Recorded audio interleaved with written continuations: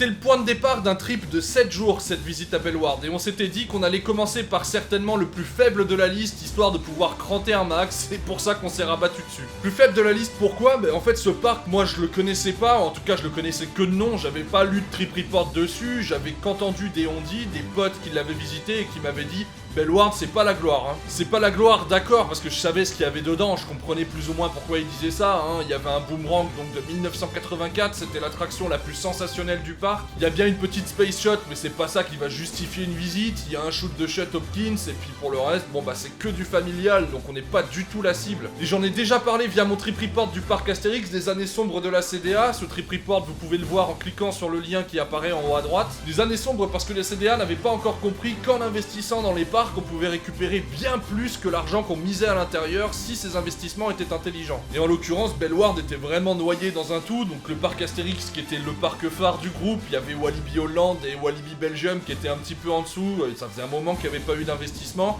et Bellewaerde c'était un petit peu au niveau des Walibi Rhône-Alpes, la mer de Sable, Walibi Sud-Ouest.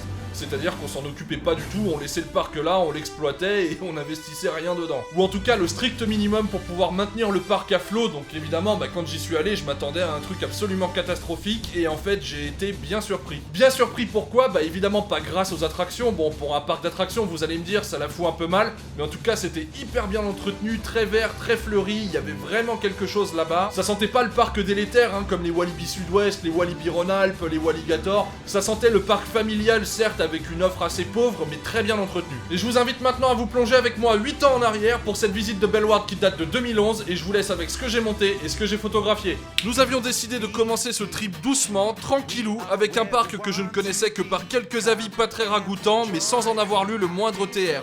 Ce que je savais c'est que Bellewaerde abritait un boomerang Vekoma, un tireur moisi et la nouveauté qui n'en est pas vraiment une, Jungle Mission. C'est donc sans en attendre grand chose mais avec une certaine envie de découverte, comme toujours chez moi, que nous mettons le cap vers Ypres, partant d'une bourgade nordique à 9h30 le matin.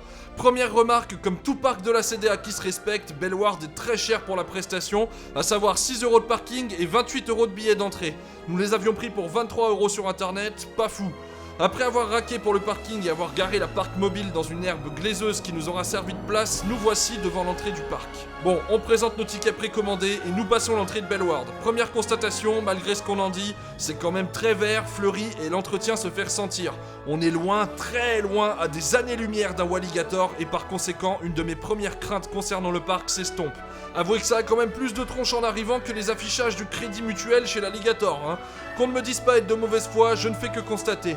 Et on continue le petit tour d'horizon vers la droite du parc avec les indispensables balloons, l'indispensable méga tour de chute libre qui fout une branlette à tout Huracan Condor Floorless, l'indispensable petit train qui a le bon goût de toujours être de bonne humeur et l'indispensable papillon transgénique The Ride. Nous continuons notre avancée pour arriver près d'une attraction à voitures en perla, nous faisant tourner autour d'un enclos de Walibi parce que c'est super chouette.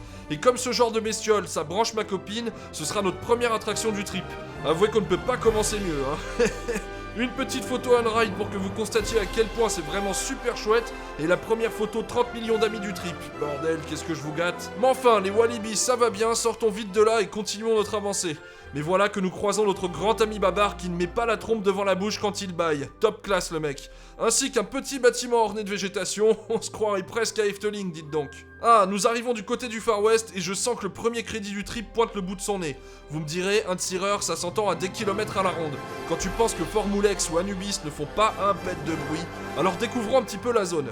Au bout de cette allée se trouve Keverban, le Tivoli large tireur du parc avec un parcours toujours aussi bien conçu qui n'oublie pas de briser les côtes et de déchirer les cuisses.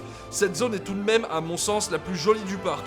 Faut dire qu'il y a un effort constant de fait ici et c'est tout à fait honorable. Bon allez, place au tireur qui fait mal, qui est nul et qu'on est content une fois les 2 tours passés et qu'on peut en descendre. En plus on était à 2 avec ma copine dans un seul wagon, plus de place oblige. Imaginez un peu le bonheur. On se consolera en se disant que tout ce qui est fait n'est plus à faire, enfin pour l'instant c'est encore à faire, alors vivement que ça se termine. Parce qu'en plus on ne dirait pas comme ça, mais c'est assez long ces conneries une fois à l'intérieur.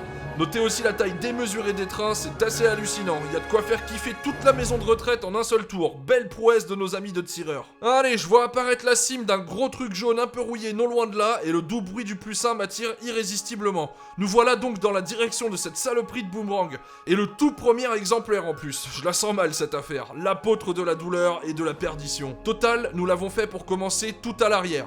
Alors que la marche avant ce n'est pas la panacée mais que ça se laisse faire, en marche arrière ça devient directement une véritable horreur. Les jets vous écrasent contre votre harnais, avec la sensation cradingue que votre squelette souhaite s'échapper de votre corps, des baffes et une impression nauséeuse à l'arrivée. Après un deuxième tour à l'avant plus tard dans la journée, cette sensation est plus atténuée, mais les baffes sont par contre plus importantes. Bref, une merde. Paraît qu'il compte parmi les plus douillets des boomerangs Vekoma. Pas pressé de me taper les autres alors, hein. Et dire que Vekoma en a vendu une 50aine d'exemplaires, c'est vraiment des génies du mal ces gars-là. Regardez-moi juste ma tronche là s'il vous plaît, est-ce que j'ai vraiment l'air de passer un bon moment?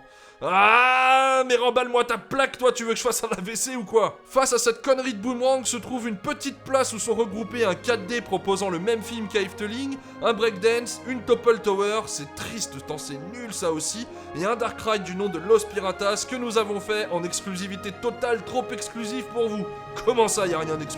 Direction donc Los Piratas, un indoor boat ride qui flaire bon la nostalgie à la Pirate des Caraïbes made in Disney. Bon, comme pas mal de coins à Bellward, on pense directement à la souris avec une grosse restriction de budget pour cette attraction. C'est pas trop mal pour un parc de cette taille, mais ça ne casse pas trois pattes à un canard non plus. C'est néanmoins typiquement le genre de ride qui doit être l'attraction qui vous tient à cœur quand vous l'avez faite enfant. Comme je sais que vous aimez les photos, je vous en ai ramené quelques-unes. À ne pas confondre avec le Hollandais volant, mais ne vous en faites pas, on retourne à Efteling dans 4 jours, donc vous aurez des photos de la dite bête.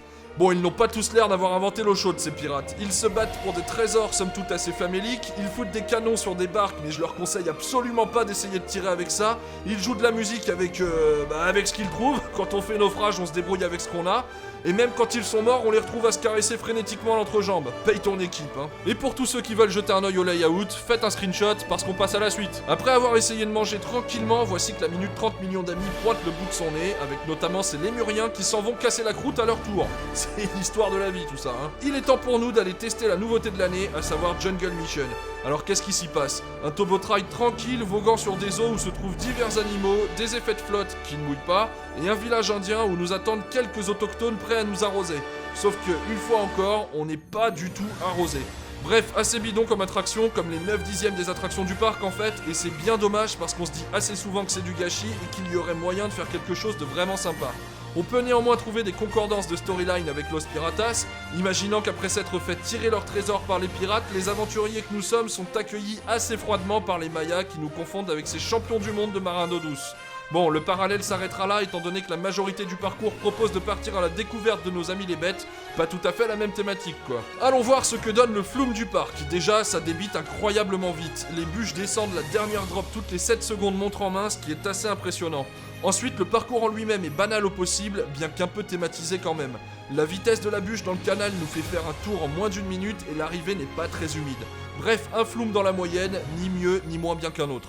Bon, c'est vrai que les water rides qui mouillent sur le vieux continent, on les compte sur les doigts de la main, et n'y voyez rien de scabreux. Mais vous en faites pas, pour ce qui est de mouiller, il y a Niagara à côté, et là vous allez être servi. On y revient après. Après cette expérience non très humidifiante, il est temps de s'attaquer à ce que nous pensions être une maison hantée, qui s'avérera finalement être une madhouse, j'ai nommé Houdini. A noter que dans la file d'attente, pour nous terroriser encore plus, le parc n'a rien trouvé de mieux que de nous mettre du Céline Dion en boucle. Une expérience traumatisante. Le pré-show est de suite moins intéressant que ceux de la Villa Volta ou du défi de César et se boucle relativement rapidement. Après, le programme de la Madhouse est assez bien fichu, même si maintenant ça ne nous surprend plus. Eux par contre risquent de ne plus distinguer l'envers de l'endroit, et vis-à-vis des gens qui ne connaissent pas le concept, ça semble toujours faire son petit effet. Sorti de là, il était temps de passer à une attraction tout à fait conceptuelle, j'ai nommé Bengal Express. Un petit train qui nous fait entrer dans 2 enclos où se trouvent d'une part des lions et d'autre part des tigres. Bon, jusque-là, rien d'anormal. Seulement, on pourrait croire que le tour prendra fin une fois sorti des enclos. Mais non! Bellward a l'extrême honneur de vous emmener faire un tour dans la station d'épuration qui se trouve en son sein, qui schlingue à bloc et qui pollue la moitié du parc de par sa puanteur. Franchement, une attraction pour vous faire visiter une station d'épuration, j'avais encore jamais fait. Et puis la cohérence avec Bengal Express, les tigres et les lions, va falloir me la trouver. Enfin, après la station d'épuration, je vous mets un peu de fleurs, histoire de vous rappeler qu'il y a quand même un effort de fait dans ce parc. Regardez-moi si ça ne transpire pas la bucolie tout ça. Trêve de plaisanterie, il y a vraiment des coins qui sont mignons tout plein. Concernant le raft, j'en ai jamais fait d'aussi nul, toute la bouée est ressortie sèche comme un papy lors de la canicule de 2003 et l'intérêt thématique avoisine le 0 pointé. Bref, inutile. Alors, où est-ce qu'on va bien pouvoir aller maintenant ? Oui, c'est vrai, je vous disais que je regrettais que le Flume et le Raft soient assez arides. Eh bien, c'est direction Niagara que nous nous dirigerons. Après avoir constaté que la tour Screaming Eagle ne fonctionne pas, et ça c'est vraiment dommage, nous regardons la belle vague qui inonde les bateaux du Shoot de Shut voisin. Considérant que les Spillwater Intamin mouillent bien, mais que les Shoot de Shut Hopkins mouillent beaucoup plus, c'est avec un grand sourire que nous pénétrons dans la file d'attente de Niagara. Nous constatons que les gens sortant des rafios sont trempés jusque dans le bénard, et ça fait plaisir. Allez, embarquons. Le lift est monté assez lentement, puis demi-tour en hauteur pour une belle descente et une réception qui ne pardonne pas. L'expression « you might get wet » dans la file d'attente prend ici tout son sens. Dis Dieu que c'est humide, et c'est tellement fun qu'on se sera enchaîner 3 fois histoire de bien se doucher le nez. Il est temps de partir de Bellward aux alentours de 17h, à savoir que nous sommes arrivés vers 10h15. Mais avant de partir, à nouveau un instant 30 millions d'amis, parce que je sais que si vous regardez cette vidéo, c'est avant tout pour les animaux. Et vous voulez savoir le pire? C'est que je suis très fier de la blague qui va suivre. Des cartes, vite, donnez-moi une canne! En voilà une! Ouais, c'est pas glorieux. On oublie tout de suite ce qui vient de se passer, s'il vous plaît. Au final, le parc est assez grand, mais les attractions proposées sont toutes assez vieillottes ou inintéressantes. Il n'y a que Niagara qui se fasse avec plaisir, car Houdini et autres Los Piratas ne sont pas non plus d'un intérêt mirobolant. Alors peut-être que la Space Yacht est chouette, mais ne l'ayant pas faite, je ne peux rien en dire. Au pire, vous pouvez toujours vous rabattre sur Bengal Express et visiter la merveilleuse station d'épuration de Bellward. Malgré tout, les avis négatifs concernant le parc m'ont paru un peu exagérés.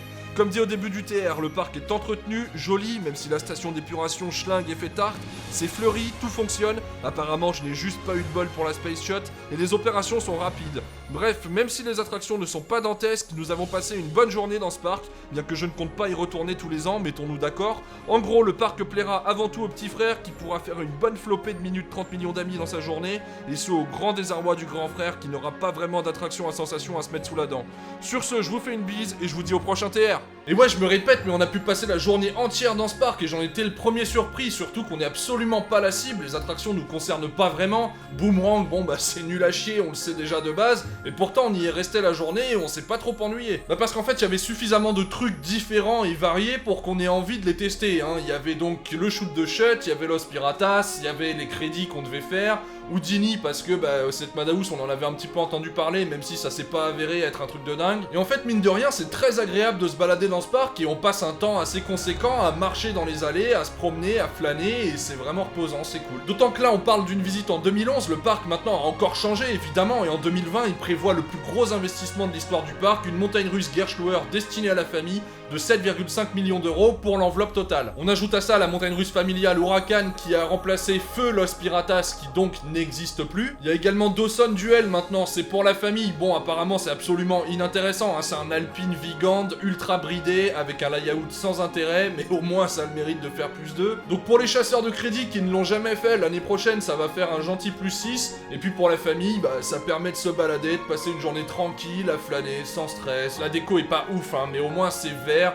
c'est sobre et c'est assez bien fichu. Donc voilà, se déplacer juste pour Bellward, même aujourd'hui, ça me paraît quand même un petit peu dur, hein. Il faut vraiment vouloir se taper les bornes pour aller visiter ça, mais après, quand c'est inclus dans un trip, bah ça peut être intéressant et faut pas cracher dessus. Bon, évidemment, ça souffre toujours de la comparaison avec les parcs familiaux locaux, hein. Il y a Plopsaland qui n'est pas très loin et qui est quand même un cran au-dessus, même très au-dessus en fait. Et Plopsaland, si vous le connaissez pas, bah ça tombe très bien parce que c'est le parc qu'on va traiter la semaine prochaine, étant donné que c'était la visite du lendemain durant ce trip là, donc ça tombe très bien. Si vous ne connaissiez pas la chaîne et que le contenu vous a plu, eh ben n'hésitez pas à vous abonner parce qu'évidemment c'est encourageant, ça fait plaisir. Il y a aussi les liens du Facebook, du Twitter et de l'Instagram des Trips du Double qui sont en description. Concernant les abonnés, on se retrouve vendredi prochain 18h pour la suite du TR. Portez-vous bien et ridez bien.